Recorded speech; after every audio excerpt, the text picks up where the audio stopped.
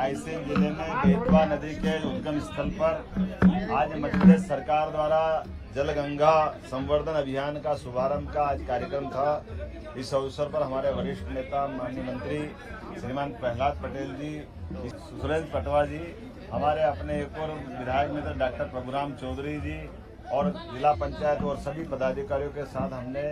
आज बेतवा नदी के पूजन जन्म स्थल का एक तरह से उद्गम स्थल का पूजन करने के बाद इस अभियान का प्रारंभ किया है। और इसके पीछे मूल भाव ये है कि पर्यावरण दिवस से प्रारंभ होकर के गंगा दशहरे तक ये लगातार हमारे जितनी जल रचनाएं, चाहे तालाब हो, कुएं हो, बावड़ी हो, नदी हो, इन सबके ऊपर अलग अलग प्रकार से 15 दिन के कार्यक्रम तय किए हैं। 905 से ज्यादा अलग अलग कामों को हाथ में लिया है, जिसमें सभी जल स्रोत की स्वच्छता अभियान, अलग अलग प्रकार के आयोजनों की पूरी डिटेल जानकारी आपको हमारे अपने माध्यम से मिलेगी। लेकिन आज मैं इस स्थल पर आकर के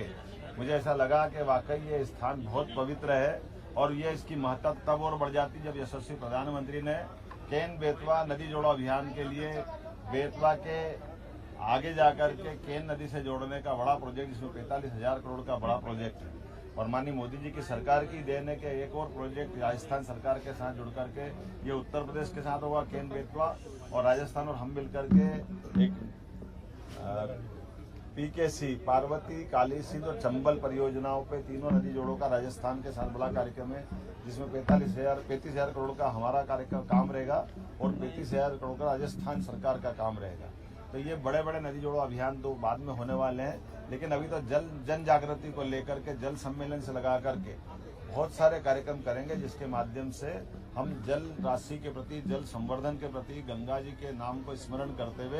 ये अभियान चलाएंगे, जिसमें वृक्षारोपण से लेकर के सभी प्रकार के आयोजन रहेंगे। और खास बात इसमें यह है कि हमारे अपने सनातन धर्म के त्योहार भी एक तरह से इनके जुड़ करके हैं। जैसे गंगा दशहरे का आयोजन होने के माध्यम से गंगा दशमी जब आएगी तब तक हमारे गर्मी का काल भी रहता है, ग्रीष्म ऋतु होने के कारण से, और वर्षा का पूर्व काल है, वर्षा के आने का है। ऐसे में हमारे नदी तालाब सभी संरक्षित हो, साफ सफाई हो जाए, उनकी चिंता करें और जन जागृति के माध्यम से बड़े पैमाने पे लोगों को ये उनके साथ जोड़ने का, उनको सहेजने का एक आह्वान का अभियान है। मैं उम्मीद करता हूँ इस प्रकार के आयोजनों से